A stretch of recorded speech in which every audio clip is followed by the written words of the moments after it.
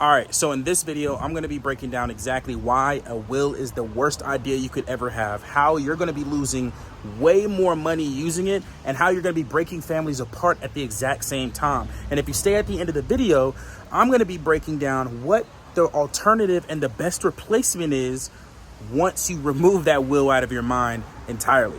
If you don't know who I am, my name is Markus. I am the COO and co-founder of the Fampreneurs. I've literally helped hundreds of people and families break generational poverty, protect their assets. And at this moment, we have protected in total over $65 million in client assets as a whole. So let's get right into it. Now, here's the thing when it comes to wills that you're probably unaware of. It 100% invites probate. That's what people don't understand. It invites probate. Once you pass away, it automatically triggers a judge to be the owner of your particular estate. Normally, when it comes to other documentation that I will talk to you about at the end of this video, it usually is a particular third-party individual that 100% owns all of your estate. And in this case, it is the judge. And the judge owns everything and has access to everything no matter what. And so they can do something called piercing the corporate veil, meaning that if at any point, because they control the assets, they can choose to go in and discuss any assets and or give your assets to someone else if they feel as though you are not worthy or have the means and the intellectual knowledge to be able to take care of the current estate from your predecessor and give it to someone else. They can also, on top of that, there's plenty of fees, lawyer fees, tax fees, all these other fees and services that you got to pay for. So if you have $1 million in assets, by the time you get it back, it's probably a fourth of the price, a third of the price, maybe even less. And the crazy part is you don't control how long they go through the process. So guess if you had $1 million in there or $1 million in assets, whatever the case may be, and how many times have you heard someone go through probate for years? You don't control the assets. You don't control anything that's going on within the particular timeline that the judge or the probate court goes through. And that is the worst part of it. And again, when you transition, you are literally inviting probate court to your door. And here's the crazy thing. A will only matters once a court is involved. Yet people often state, at least I have a will. You should have a will.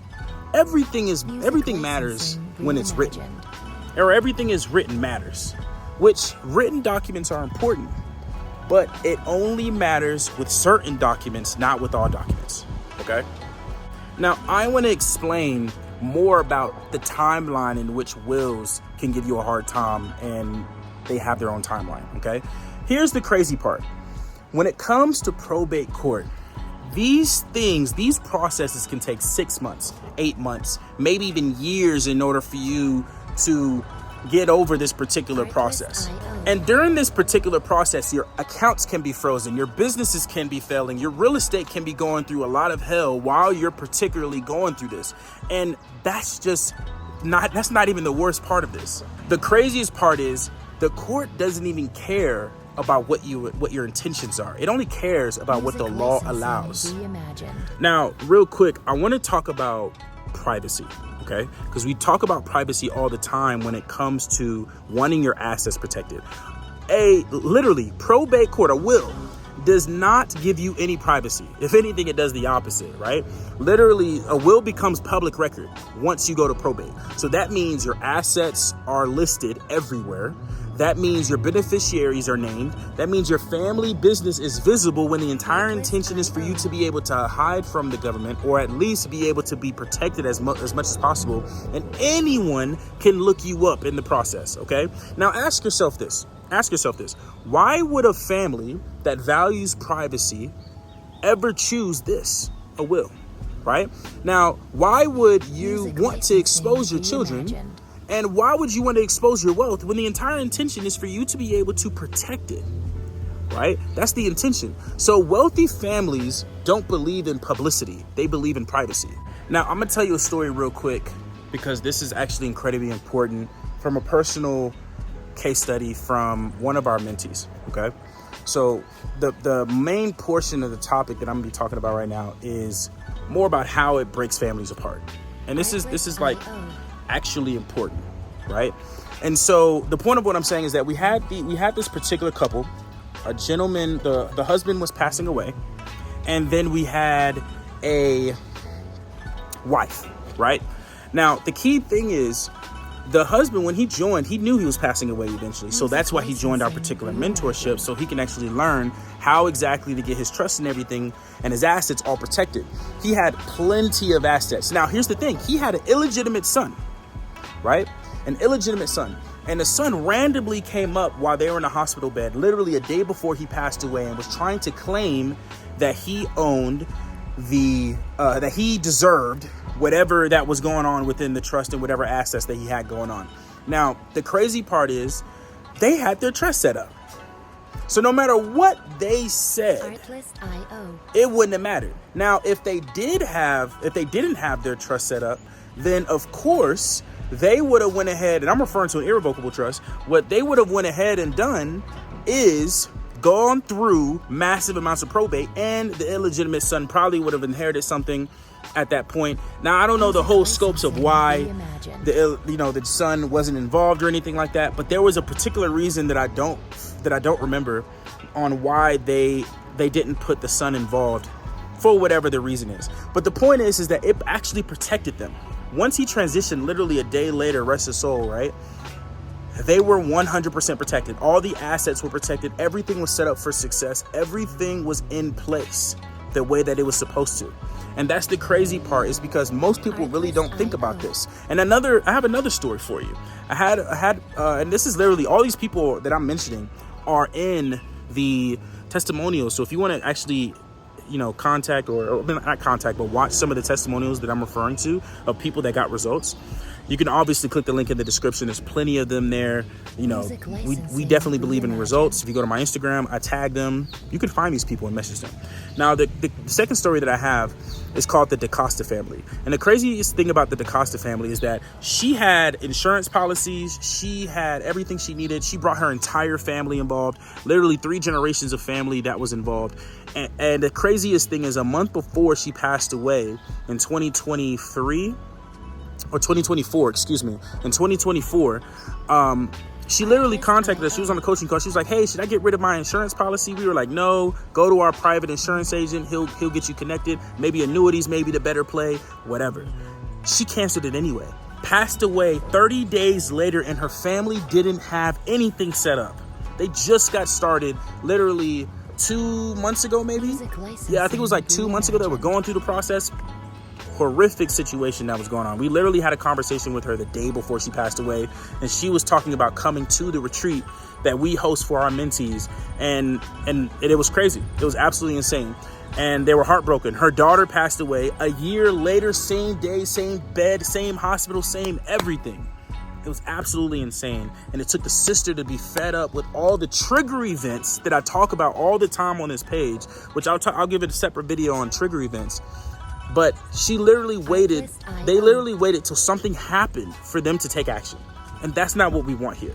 And the craziest thing is that probate is 100% reactive. The will document, anything revolving a will, is 100% reactive. And that's not something we want you to be a part of.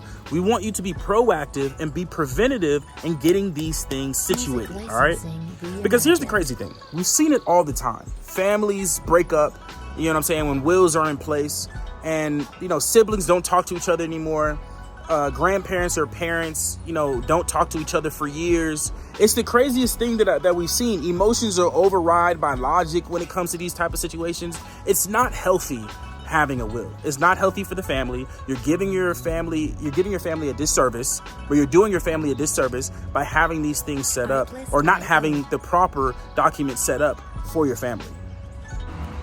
Now, let's talk about, honestly, what do the wealthy do in these types of situations? And I've asked a lot of wealthy people that are on this page. Like I mentioned all the time, we talk to people that are making between $250,000 to $1 million a year, and our higher end clients that are a part of our family office offer are doing minimum $10 to $30 million a year, and we have one that's doing 65. And the craziest part is that they always ask, they have these commonalities, and they ask themselves these simple questions of like, who controls my assets? Like, what exactly am I looking for when I'm getting my assets protected? And I actually wrote a list, to be quite honest. They say, who manages the decisions, right? Who replaces the leadership once I'm gone? Because they don't believe in reactivity. They don't believe in planning for death. They believe in continuity. They believe in what happens after I pass away and how long can this wealth last through generations. Continuity, right? And so they ask themselves these questions. They're like, how do I keep my assets private and safe? These are common questions that you want to be asking yourself when it comes to getting your assets protected, because there are key differences between people that move off of trigger events, meaning from death, and there's a difference between those people and people that are like, okay, I know I'm going to transition and pass away. What are some things I can do after that particular situation happens? That's the difference between most people. A big misconception that I've seen a lot is that people view wills as like unconsciously as reactive. Like I said, it's a trigger event. And so what's crazy about this is that a will activates once you're gone.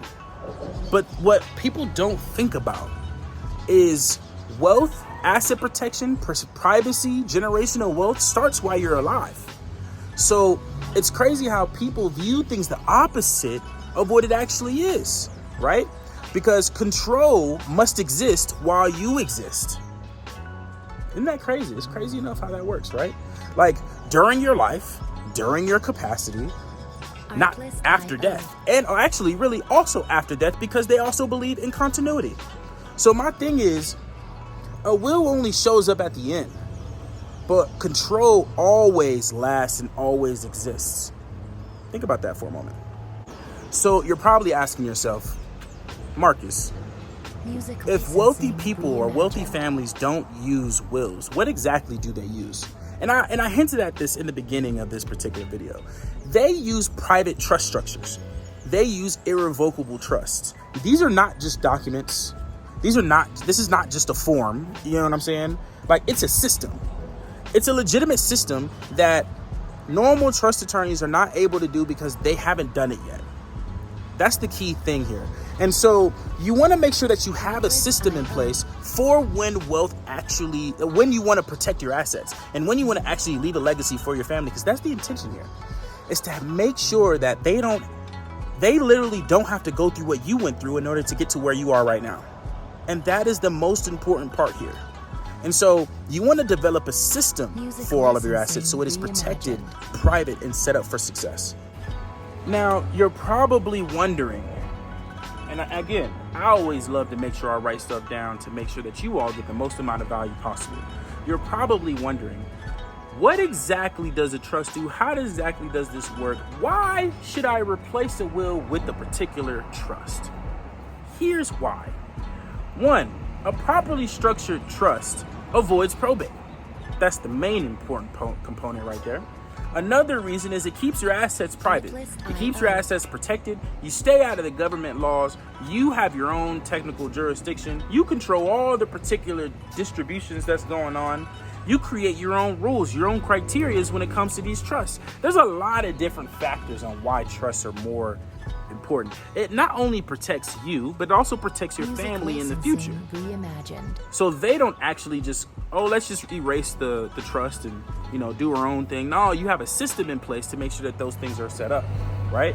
And the last thing is, it literally operates continuously in continuity. You don't have to worry about things shutting down and having a deadline. Now, there are trusts that have deadlines, so you renew. But no matter what, a renewal is like a subscription. You just renew and it continues. Continuity.